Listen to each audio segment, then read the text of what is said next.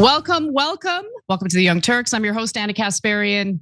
I've been away for a little bit. I've been traveling. I've been on CNN. Yesterday, I was on their streaming service coverage of the election with Charlemagne, with Ben Shapiro, with Harry Enton, who was like a total class act. Really liked the guy. So if you were able to catch that, I'm really happy you did. If not, I will be on Abby Phillips's show tonight, but I miss TYT like crazy. So I'm like really excited about the show today. And I'm so happy you're here with us because we're gonna have an awesome show. We're gonna have Scott Horton on to talk about his latest project. He is really doing a great job informing the public about foreign policy, the history of US foreign policy and the ramifications of it. And even though he's a libertarian, and even though we definitely have quite a few disagreements, I respect the information that he's trying to get out there to people so they understand why we are in the moment that we're in here in the US and the, ramifications of our decision making or our government's decision making all across the globe. So that'll happen after our first segment today. We're also, of course, going to give you some news about the elections that took place last night, including the reactions to Zohran Mamdani's victory in the New York City mayoral race. Later in the show, we're going to also talk a little bit about this fury that's been directed at Brett Cooper, who has really been thought of as like this young conservative darling, but she defended Tucker Carlson's decision to have a conversation with Nick Fuentes. I can totally understand those who are maybe critical of the way Tucker Carlson handled it. Maybe they wanted him to go a lot harder, but let's just keep in mind that we have endless right-wing shows, online shows, that have been interviewing a literal war criminal who is wanted by the International Criminal Court, and that's Benjamin Netanyahu. And a lot of those interviews have been real friendly. I didn't see much backlash in that regard, but we'll get to all of that later. As always, just want to encourage you to like and share the stream if you are watching us live. It's a quick, easy, and free way to help support the work that we do here at TYT. And you can also become a member by going to tyt.com/join. All right, without further ado, let's talk a little bit about what happened yesterday. Thank you to those so often forgotten by the politics of our city who made this movement their own. I speak of Yemeni bodega owners and Mexican abuelas, Senegalese taxi drivers and Uzbek nurses, Trinidadian line cooks and Ethiopian aunties. Yes, aunties. To every New Yorker in Kensington and Midwood and Hunts Point, know this. This city is your city, and this democracy is yours too.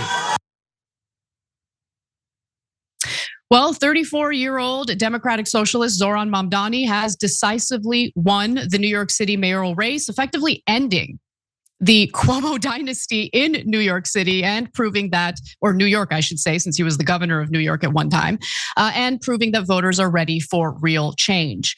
This was, in my opinion, the result of Americans wanting pushback against the establishment, against the old way of doing things, against the status quo, and yes, against what we have been seeing both in the Trump administration, but more importantly, what we've been carrying out in both the Biden administration and the Trump administration in regard to US foreign policy.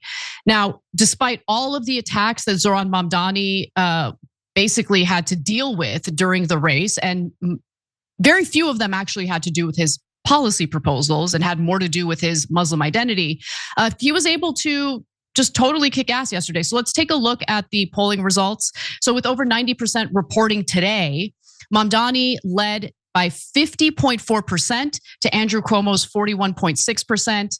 Now, here's an important thing to keep in mind. Take a look at Curtis Sliwa, who received 7.1% of the vote, meaning Cuomo was going to lose even if Curtis Sliwa exited the race. So all the people who are directing all this abuse toward Curtis Sliwa today, need to relax because they're wrong. Even if he had dropped out, Mamdani was going to win. He had a large enough lead to beat Andrew Cuomo in this race. Now, I just want to make a quick comment about the video that we started this segment with, because as I was watching his victory speech last night, that was the part that, for whatever reason, really made me emotional in a good way. And it's because of the fact that I'm currently in New York City right now to do CNN. And yesterday I went for a pretty lengthy walk to meet up with a friend for lunch. And I just couldn't help but really appreciate this city and the diversity here. I mean, it's what makes this city great, guys. And there are so many demographics in New York City and across this country that I think have been forgotten. They're the people who do a lot of hard work that help this country run. Your day-to-day lives are affected, impacted in a positive way by these individuals. They make the food we eat. They maintain and take care of the hotel rooms we stay in.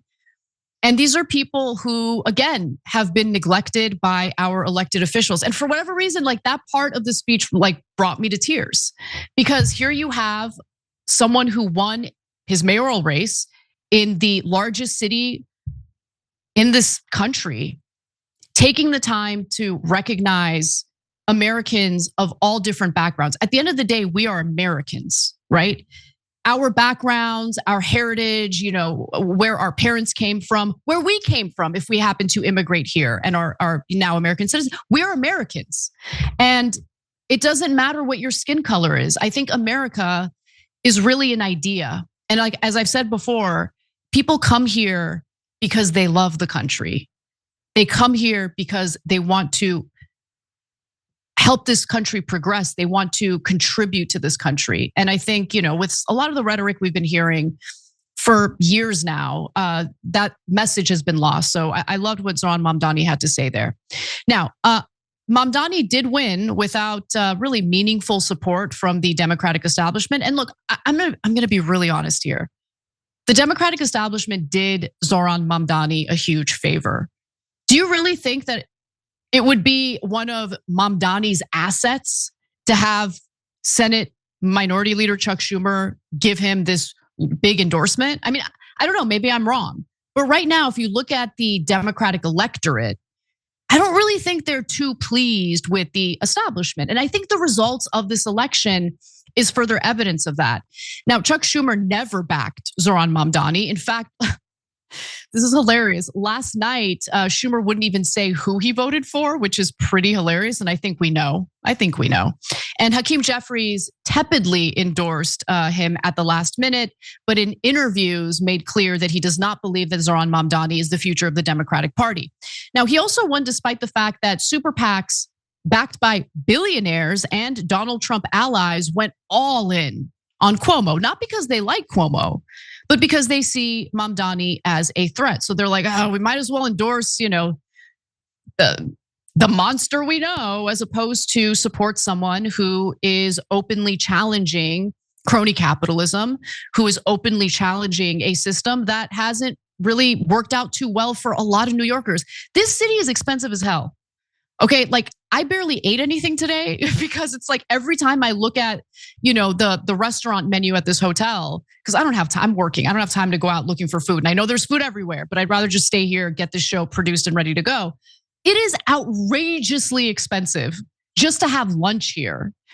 I don't know how people afford housing here. And these are the issues that Mamdani spoke to that happen to appeal to the majority of New Yorkers.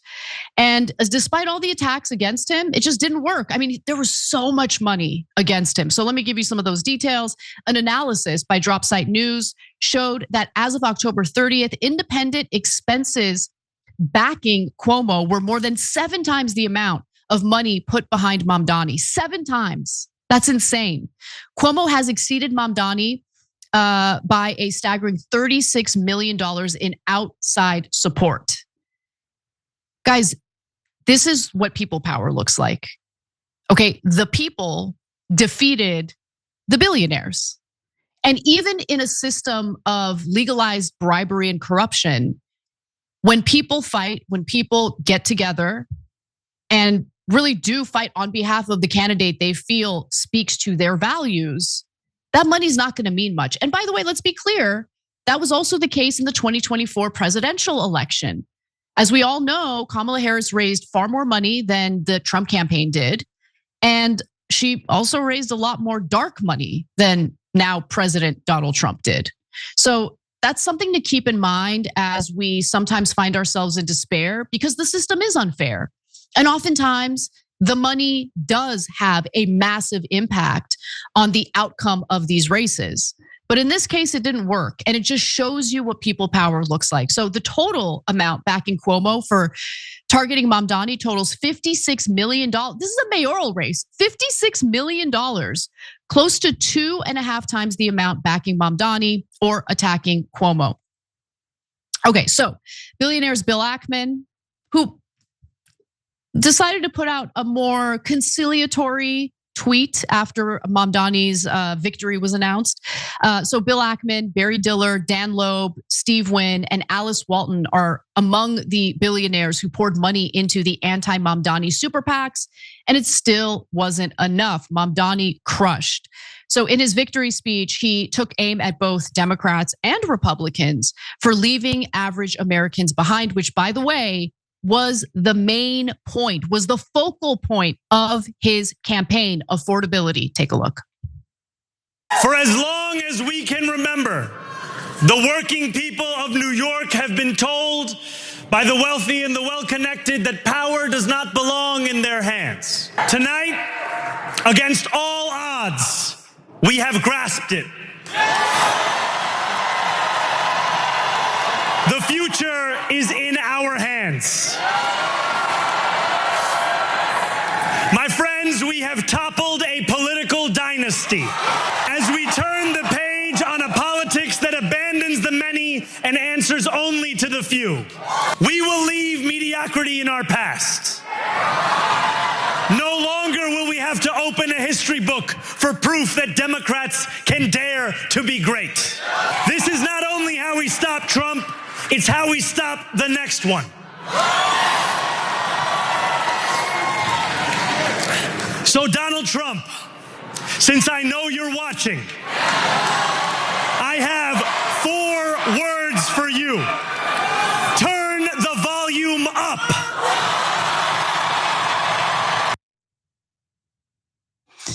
Turn the volume up. And you know, when you hear from Democratic voters who say they want a fighter, this is what they're talking about. Someone who has and exudes confidence. And look, we'll see what his leadership actually looks like. You know, oftentimes there are big promises made, but we know how the system works. We know that he is not the almighty, all-powerful mayor who gets to unilaterally make decisions, and he's going to run into plenty of obstacles, plenty of, local politicians who will try to stand in his way. I have no doubt about that. And also, we'll see if his policy proposals, if implemented, really do work out in terms of making housing affordable for New Yorkers, for making public transportation affordable, for making groceries affordable. The jury is out.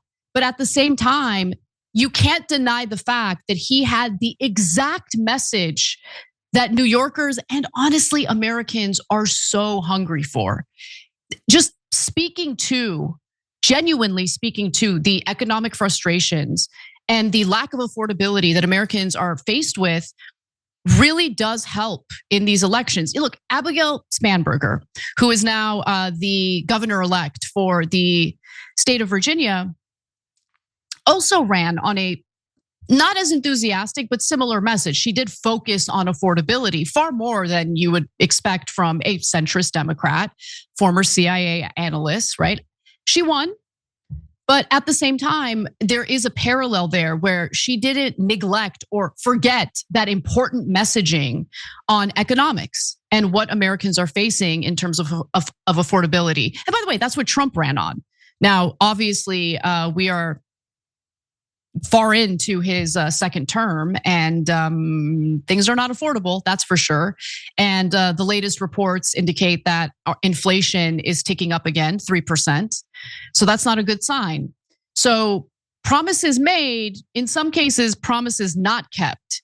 And so I'm telling you that because if Zohran Mamdani fails to actually fulfill these promises on affordability, there will be a price to pay for that. And that's something to keep in mind. And I don't think he's lying when he says that this is something he cares about. I do think he's going to fight for New Yorkers. There's no question about that. But whether or not those promises are fulfilled is really going to determine what the future of the Democratic Party looks like, to be quite frank. And so I'm rooting for him. I really am. I'm really hoping that New Yorkers live in a city that isn't absolutely crushing them because of how unaffordable it is. So let's also break down a little bit of, who voted for Zohran Mamdani, because there's a lot of crap out there, a lot of lies about who ended up voting for him. And so I want to start off with Batya Ungar Sargon, who, look, I actually really like her. I know that some in the audience might have issues with her. She says all sorts of things that I disagree with, especially as it pertains to Israel. That's fine. I actually really like her. She's a nice person. She's willing to engage in debate in a kind way, in a civil way. But what she says here is just untrue. And so let's take a look at that and then I'll break it down for you. So his constituencies were Muslims, South Asians, and then these 20 to 30 something overeducated, over-credentialed, downwardly mobile hipsters in Bushwick and Brooklyn who think they're the working class because they failed to get like amazing jobs and have student loan from getting, degree upon degree upon degree. They have enormous contempt for labor. And as a result, they want things from the government despite Tim being like the most privileged people on planet Earth. And Mamdani is their avatar. This is a guy who's like a total Nepo baby. They don't actually want him to do any of this stuff. They would never dream of shopping in an Aldi. Forget about a free supermarket. These are people who spend $12 on a cold brew, okay, Tim? It's all one big virtue signal. So again, I'm not trying to trash Batya Ungar Sargon. She's wrong here though. And she's also wrong in regard to President Donald Trump really being a fighter for the working class, for the common man. She's totally wrong about that. And at this point, she should be honest about it. But nonetheless, first of all, Mamdani got more votes than anyone running for mayor of New York City in nearly 50 years. That was a fact that Harry Enton brought up on CNN yesterday while we were, discussing the race prior to him being announced as the winner of the mayoral race. And I was shocked by it, honestly. I mean, Mamdani, whether you like him or not, galvanized quite a bit of voters here in New York City. So by definition, his base has to be a bit bigger than what Batya is describing here. So she's right that he has a lot of young supporters. That's definitely true. But they're not all 22-year-old hipsters in Bushwick. So let's get into the specific details. In fact, the percentage of people under 45 who voted for Mamdani over Cuomo is absolutely staggering. Take a look at this. The dividing line I've been using is 45 years of age. And we have that in the exit poll here. Voters under 45 years old, Mamdani won them by 44 points, okay? Wow. Voters over 45, Cuomo's gonna win them by 12 points. Wow. So about a 56-point swing. Under 30 years old, Mamdani wins them by 61 points. Wow, that's huge. So age was a huge factor in this. So age was a huge factor. So even men between the ages of 45 and 64 broke even, with 45% supporting Mamdani and 45% backing Cuomo. And guys, as we know, if you've been following Andrew Cuomo's political career, especially during COVID, it is mind-boggling that this man felt entitled to becoming the next mayor of New York City. He sent sick, elderly people who had COVID back to nursing homes, where they then spread COVID among other vulnerable elderly people. And those nursing homes had a high number of COVID-related deaths as a result. His leadership was absolute garbage. His campaign was absolute garbage. He took a vacation in the middle of his campaign. The guy wasn't serious. Now, Batya is also wrong that Mamdani's base is filled with only rich New Yorkers. So let's take a quick look at this. So the most affluent households, so those making more than $300,000, decisively broke in favor of Cuomo. There's no question. Okay, but there you have it. Over 50% of voters with a total family income between $30,000 and $200,000 in 2024 voted for Mamdani. Those in the $50,000 to $100,000 range favored him the most, while 62% of voters in the highest bracket, again, that's those making above $300,000 a year, did vote for Cuomo. Now, it sounds like the most privileged people on the planet actually desperately wanted Cuomo to win, not Mamdani. And in New York City, the cost of living obviously is a major concern, even for middle income earners. I don't know if you can really survive as a single person, even making six figures, like $100,000. I don't think you're going to live a comfortable life in New York City, which is crazy because $100,000 is a lot of money, especially if you're in certain parts of the country. That's a good income. But not in New York City. That's how outrageously expensive it is to live here.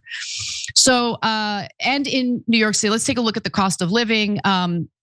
Let's actually take a look at his voters, especially South Asians. So he did do well among Asians, but he also got 57% support among Black voters and 53% among Latinos. The only race group he lost was with white people. And finally, regarding education, it is true that voters with no college degree voted for Cuomo more than they did for Mamdani by 5 points, by a 5-point margin. But having a bachelor's degree these days, as we all should know at this point, doesn't mean that you're part of the elite. In fact, a lot of young people who have college degrees today are drowning in debt, are not gainfully employed. I mean, just take a look at what's happening to coders in Silicon Valley as we speak. There are mass layoffs because their jobs are being replaced with AI. So college degree used to be a good indicator of someone who is more likely to be affluent, but that's not necessarily the case, especially these days. The final thing that I'll say is I've been noticing that some I don't even know if they're on the right, but a lot of them are on the right. A lot of them are basically smearing Mamdani as a jihadist, which I find utterly disgusting, but they're also attacking his wife. And I just want to show you this picture of her because as one person on X wrote, she ate, and I agree. But more importantly, really, he's a jihadist? He's a jihadist. Okay, where's the niqab? Like get out of here with that. When you resort to those pathetic smears, and you don't have a real substantive counterpoint, a real substantive counter campaign to what Mamdani's message was really about, which again was about affordability, you're gonna lose. If you're gonna fearmonger about what Mamdani is gonna do to a foreign country, if you're going to whine about how Mamdani had declared that he would in fact arrest Benjamin Netanyahu, a war criminal, if he ever stepped foot in New York City, you're helping him with his campaign because a war criminal absolutely should be arrested, especially when there's a warrant out for his arrest by the International Criminal Court because of the atrocities and the genocide he carried out in Gaza. So we'll see how Mamdani performs as the next New York City mayor. But this should be a lesson to anyone who actually cares about speaking to and winning over the American people. A lot of people are struggling today. And I didn't see anything from Cuomo's campaign acknowledging that struggle, wanting to alleviate that struggle, and providing actual solutions for that struggle. Cuomo ran a dog crap campaign. End of story. Every time you ring the bell below, an angel gets his wings. Totally not true, but it does keep you updated on our live shows.